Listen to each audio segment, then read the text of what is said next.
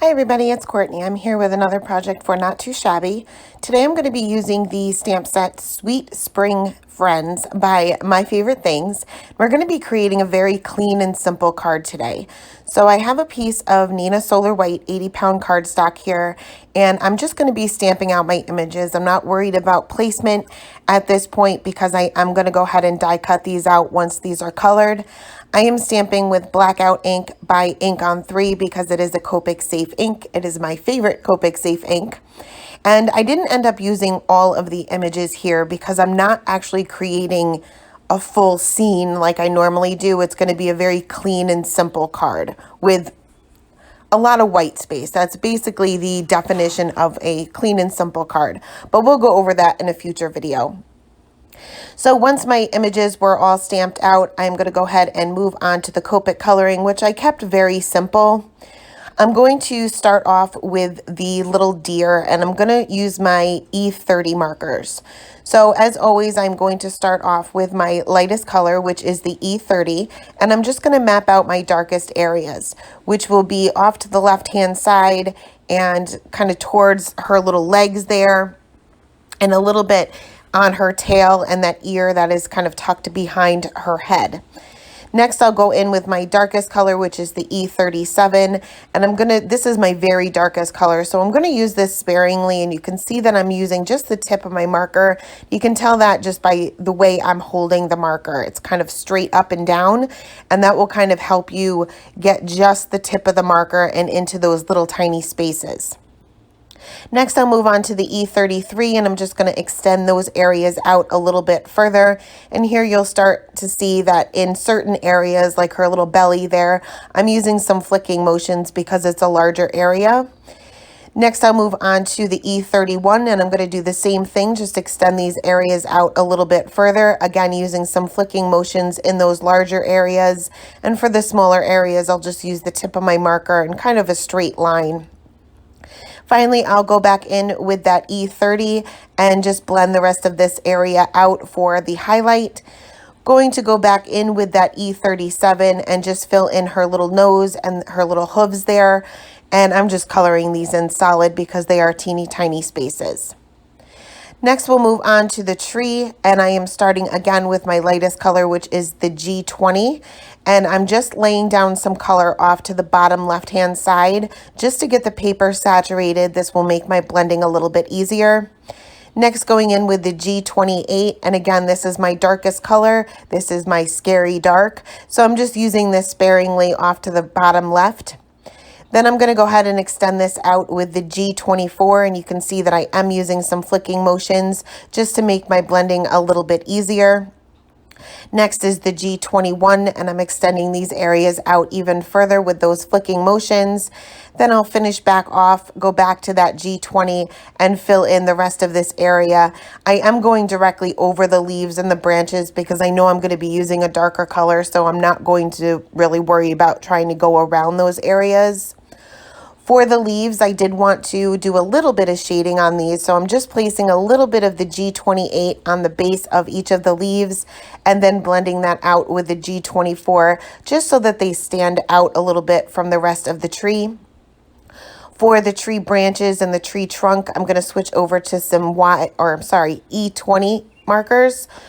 Because it's such a tiny area, I am starting off with my my darkest color rather, coloring in the branches solid and just adding a little bit of shading to either side of the tree trunk itself because this would be more of a rounder object that I do want to keep a center highlight here.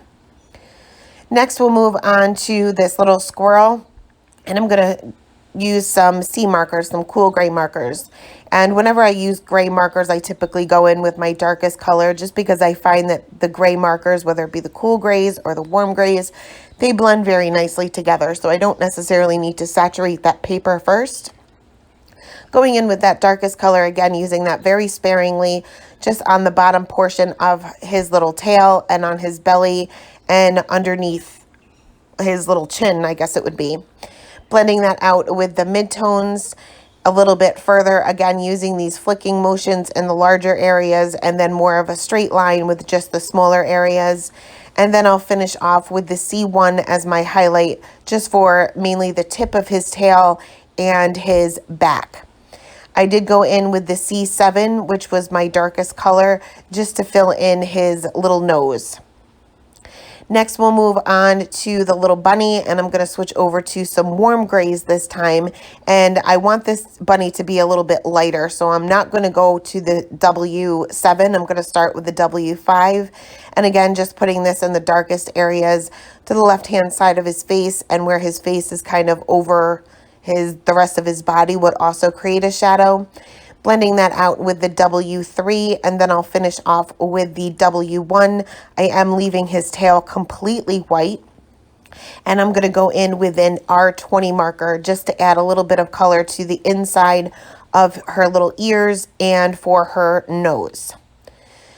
For the fox, I'm going to use some more E markers, and I'm pretty much using the same combination, just adding in a different E marker for the tip of his tail and for his little snout there. Again, starting off with my lightest color to get the paper saturated a little bit to make the blending a little bit easier. Adding some shading where his head is over the rest of his body, on the tip of his tail, and then underneath his little belly.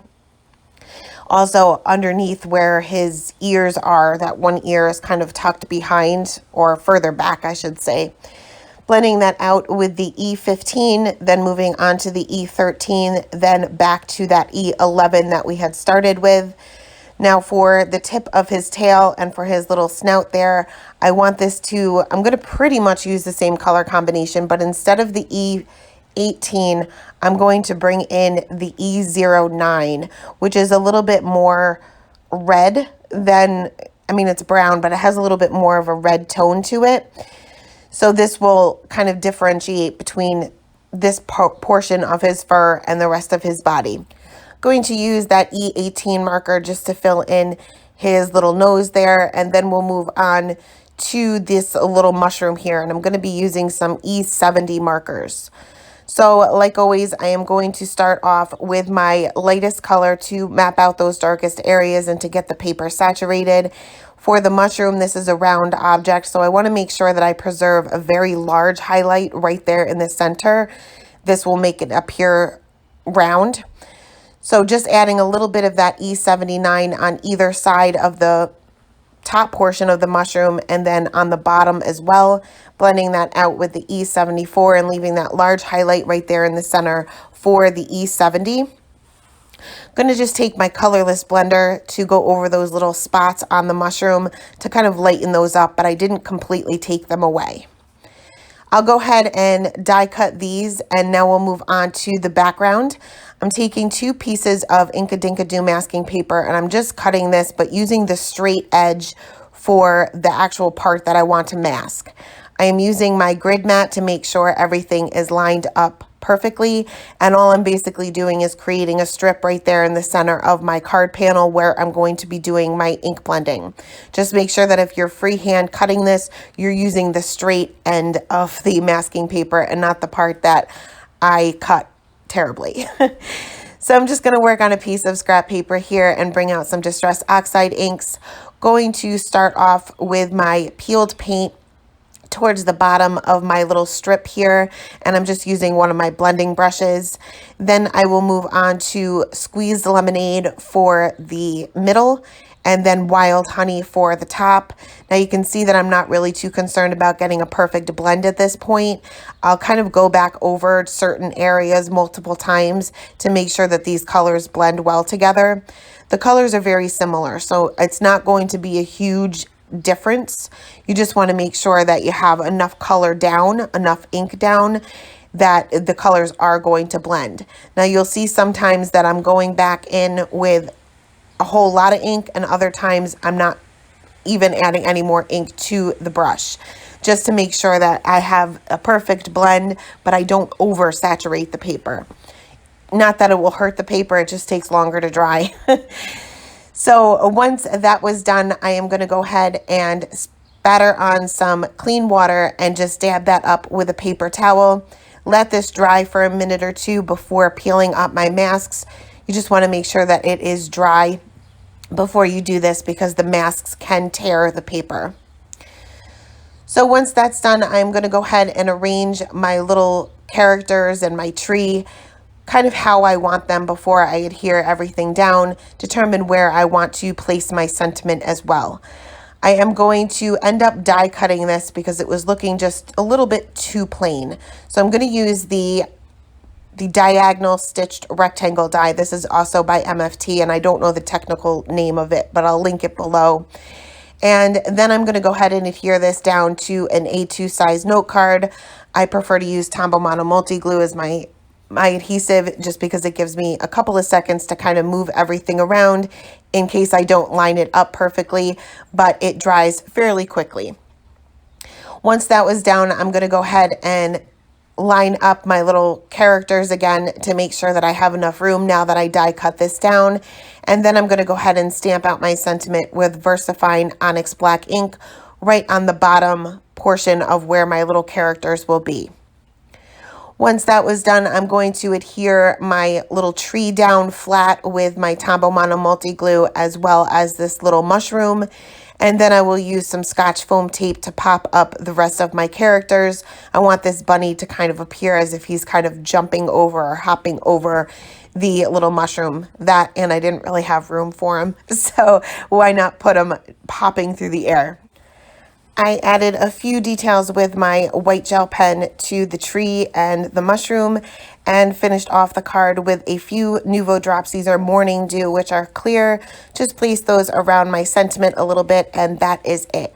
Don't forget about the discount code for the Not Too Shabby shop, which I will link below, along with the rest of the supplies used. Thanks a lot for stopping by, guys. Have a great day. Bye.